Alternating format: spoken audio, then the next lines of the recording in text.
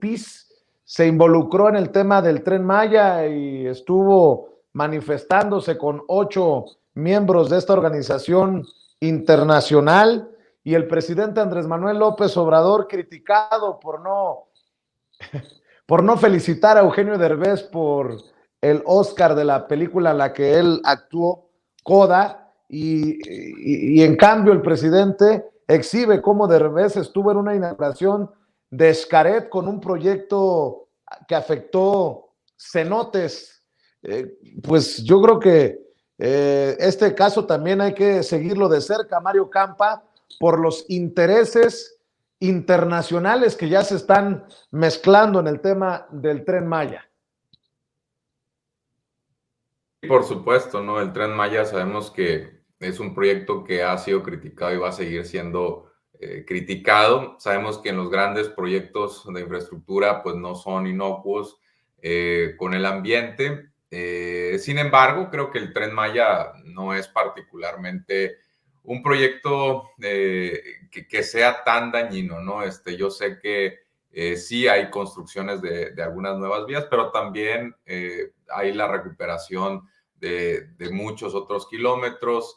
Es un proyecto que también va a retirar muchos automóviles de las carreteras del sur de México, particularmente las que van de Chichén a Cancún, por ejemplo. Era cuando tú hacías un análisis costo-beneficio, era parte de lo más atractivo, ¿no? Las toneladas y toneladas de dióxido de carbono que se ahorraban por quitar a esos automovilistas de las carreteras. Incluso se tuvo que renegociar alguna de la concesión con estas carreteras, ¿no? Para que no compitiera, digamos, con la vía de tren. En ese sentido, pues se ganan y se pierden otras cosas, ¿no? Por supuesto, no es totalmente inocuo. Una parte, pues sí va a ser también, además, impulsada por fuentes de bajo consumo de combustibles. Pero por otro lado, pues sí sabemos que va a llegar desarrollo con ese tren, ¿no? Finalmente va a movilizar a muchos turistas que van a venir de fuera, incluso turistas nacionales que van a pernoctar ahí, ¿no? Eso en cuanto al Tren Maya, ¿no? Tiene sus beneficios, sus costos, incluso sus beneficios medioambientales. Y por supuesto está también el componente económico. Yo creo que la transición en general tiene que ser una transición justa, ¿no? Que cree, por supuesto, empleos. Y en el sur de México tenemos el problema de que se dependía mucho del petróleo. Esto incluso puede ayudar a diversificar esa zona, ¿no? Pero bueno, fuera de ello, pues creo que Eugenio Derbez también se expuso a sí mismo al meterse en estos temas, ¿no? Digo, complicado opinar de política y entonces no estar dispuesto a recibir críticas, ¿no? O a recibir, por supuesto, embates. Qué fácil fuera, ¿no? Dar una opinión y después, o tirar una piedra y después esconder la mano. Entonces, Eugenio Derbez y todos estos artistas que se pronunciaron contra el Tren Maya saben perfectamente que incluso hay algunos artistas cuya carrera se ha visto afectada por posicionamientos políticos, ¿no? Y está bien, tienen que rendir cuentas de sus opiniones, así como todos lo hacemos a diario. Ahora, algunas de estas voces, pues yo creo que sí están no deslegitimadas totalmente, pero bueno, son artistas que viajan, cuántas horas vuelo tendrán al año, cuánto carbono emitirán por sus estilos de vida, ¿no? Que no son particularmente, de bajo consumo. Veía, por ejemplo, ahí a Rubén Albarrán. Rubén Albarrán vino a Hermosillo a respaldar supuestamente a los seris por la cuestión del agua, y uno de los regidores seris le tuvo que decir que no se metiera con el proyecto porque empezó a criticar a Andrés Manuel López Obrador y los seris estaban logrando acuerdos con él, beneficios que en la historia le habían tocado, nunca en la historia le habían tocado a los seris, y Rubén Albarrán estaba introduciendo ruido adicional, pues de alguien que viene de la Ciudad de México acá y opinando, ¿no? Entonces tuvieron que decirle que le bajara 2 rayitas y entonces se tuvo que alejar un poco de la tribu seri. Entonces, estas situaciones se dan, ¿no? No son quizá las opiniones más solventes, ¿no? Por sus estilos de vida y por otras cuestiones. Pero bueno, qué bueno que el hecho de que se posicionen al menos abre la discusión sobre el Tren Maya, sobre ellos mismos. Y ya lo que pasó en los Óscares, pues me parece más que nada espectáculo. Andrés Manuel López Obrador ha felicitado a muchísima gente y a muchos mexicanos que triunfan en el exterior. El caso de Eugenio Derbez no me parece tan relevante. Digo, estuvo en los Óscares, pero no fue nominado directamente, ¿no? No es un Guillermo del Toro, por ejemplo. No es un gran director, entonces es un tema un tanto aparte, ¿no? Que se un tanto aparte. Entonces, esa sería mi reflexión, Vicente. Yo creo que pues los artistas se decidieron exponer a sí mismos, pues también se vale que los critiquemos, ¿no? Es lo que yo también he expuesto, mi querido Mario Campa. José Alfredo, Greenpeace, ahí interrumpiendo las labores en el tramo 5 del Tren Maya. O sea, ya no es Eugenio Derbez, ahora es George Soros, diría el doctor Alfredo Jalife. Sí, pues bueno, tenemos que Greenpeace pues ha sido señalado por 109 premios Nobel por actos de corrupción. Ha sido señalado como que trafica con combustibles fósiles. Es decir, la historia de Greenpeace no es así como que una chulada, ¿no? Entonces, pero sí se han sabido posicionar pues como los ecologistas del mundo. Sin embargo, desde el año de su creación a la fecha, pues han pasado historias que pues son muy lamentables y que nada tienen que ver con el medio ambiente y sí con el tráfico de influencias, sí con el tráfico de esta pues fama que ellos tienen, con la cual administran, con la cual atacan.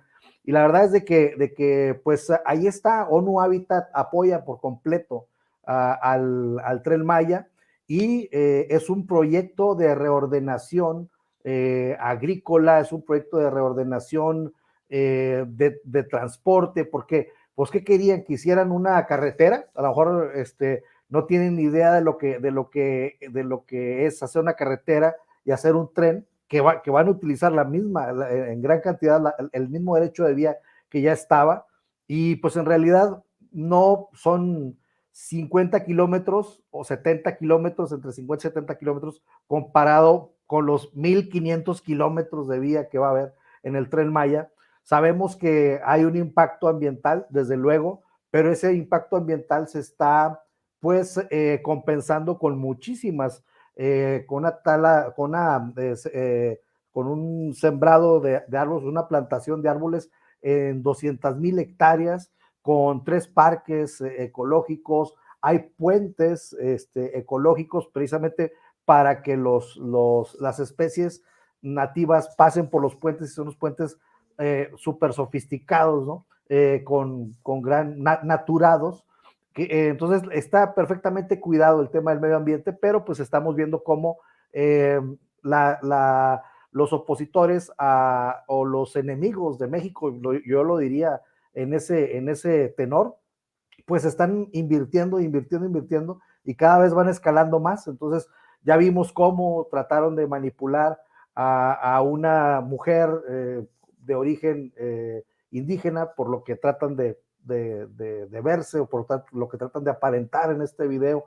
Ahora escalan con Greenpeace, pero en realidad pues no hay materia para hacer esto. Si podemos ver, mira esa foto que se está viendo en pantalla, lo que dice Andrés Manuel es que no es selva, que es acahual, y ahí lo podemos ver perfectamente.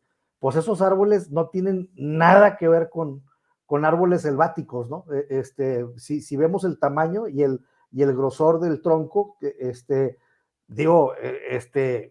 que no sepa diferenciar una selva de esto, pues sí necesita devolverse la primaria, ¿no?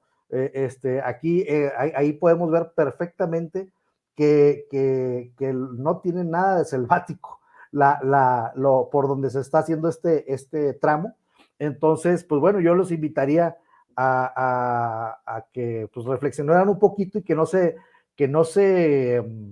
descararan de esa forma los de Greenpeace, ¿no? Porque la verdad es que es un descaro que hagan esto y pues van a perder reputación. Desgraciadamente están tratando de ponérsele enfrente a una locomotora que se llama la Cuarta Transformación Nacional, que no solamente es el gobierno, que somos el 70% de la población nacional que estamos apoyando este gobierno, y yo le diría a Greenpeace pues que le tanteen el agua a los camotes. Manuel Hernández Borbolla, ¿a dónde va a escalar esto? ¿Cómo ves esta situación de los artistas a Greenpeace? ¿A dónde? Sí, pues tiene muchas aristas el tema, ¿no? O sea, yo, por ejemplo, con con el tema de yo no metería en el mismo cajón el video que vimos de los artistas, que es un ecologismo de ocasión, muy superficial, que no va al fondo de la cuestión y busca pues hacer ruido para a lo mejor las demandas que podrían ser hasta cierto punto legítimas, pero que carecen de sustento, ¿no? En el caso de Greenpeace es distinto. Yo cubrí medio ambiente 3 años, conozco bien cómo funciona Greenpeace y yo la verdad creo que están siendo muy coherentes con su agenda política. Puede uno estar de acuerdo o no en algunos puntos, yo muchas veces difiero en los puntos con Greenpeace, pero me parece que ellos están en el papel que han desempeñado toda la vida y no veo aquí una contradicción o algo ajeno o diferente a lo que han hecho con otros muchos proyectos auténticamente para la protección del medio ambiente, ¿no? Si todas las críticas fueran tan informadas con los informes que muchas veces genera Greenpeace, que muchas veces es documentación válida para la discusión, me parece que bienvenida la crítica.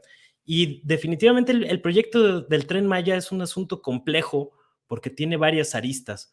A mí, por ejemplo, me da mucha preocupación el hecho de que este megaproyecto, desde una visión desarrollista, pueda traer cambios en la privatización de las tierras, en el despojo a las comunidades, de manera muy similar a lo que ocurrió en Cancún, Tulum y la Riviera Maya, que hoy, por cierto, López Obrador mencionó un poco de ese asunto de las privatizaciones, dijo que no se iba a meter más, que lo iba a mencionar por encimita, para no herir susceptibilidades, pero ese es un riesgo latente en esta visión de desarrollista que va implícita en el Tren Maya. Es decir, este argumento que tiene el presidente, que es la base para justificar la construcción del Tren Maya, de llevar a los turistas de Cancún y de Tulum y de la Riviera Maya a que se adentren al México profundo, a Palenque y otro tipo de localidades, pues definitivamente puede traer beneficios económicos. Eso es un hecho y es un punto a tomar en cuenta. Pero junto con esos beneficios económicos, lo que ha demostrado este modelo de turismo de gran escala es que es sumamente depredador en todos los sentidos, no solo en el aspecto ambiental, sino también en el social. Cuando tú ves cómo funcionan ciudades como Cancún, todos los problemas que tienen ahorita, por ejemplo, de violencia, del narcotráfico, de falta de servicios, cosas muy, muy concretas, pues me parece que es cuestionable y preocupante que ese mismo modelo de desarrollo se quiera trasladar a otras regiones del sureste mexicano. Por otro lado, desde la posición de López Obrador y concediéndole algunos puntos, tiene razón en el hecho de que esa fue la única región de todo el sureste que creció económicamente durante mucho tiempo y que nos guste o no, pues sí genera empleos de los cuales, o por lo cual se explica mucha migración de estados aledaños como Chiapas, Campeche, Tabasco, Guerrero, Oaxaca, hacia esa zona precisamente porque sí hay empleo, ¿no? Entonces creo que es como un tema de doble filo, es una espada de doble filo este proyecto del Tren Maya, que se puede criticar, pero creo que esas críticas requieren pues meterse de lleno al tema, no nada más salir en videos asumiendo unas posturas ahí pues muy a la ligera, que obviamente pues van a generar reacciones por parte de un sector, ¿no? Y también tiene razón López Obrador en el hecho de que pues el sureste históricamente ha sido completamente abandonado, ¿no?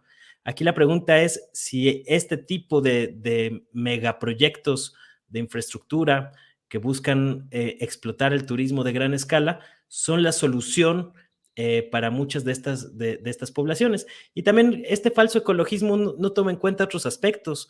O sea, por ejemplo, el proceso de deforestación que estamos viendo en Montes Azules, en la selva lacandona, precisamente porque muchos campesinos se ven obligados a tumbar la selva para plantar palma africana, para generar aceite o meter ganado, pues es también un proceso de deforestación que se está dando precisamente por la falta de proyectos de desarrollo en la región.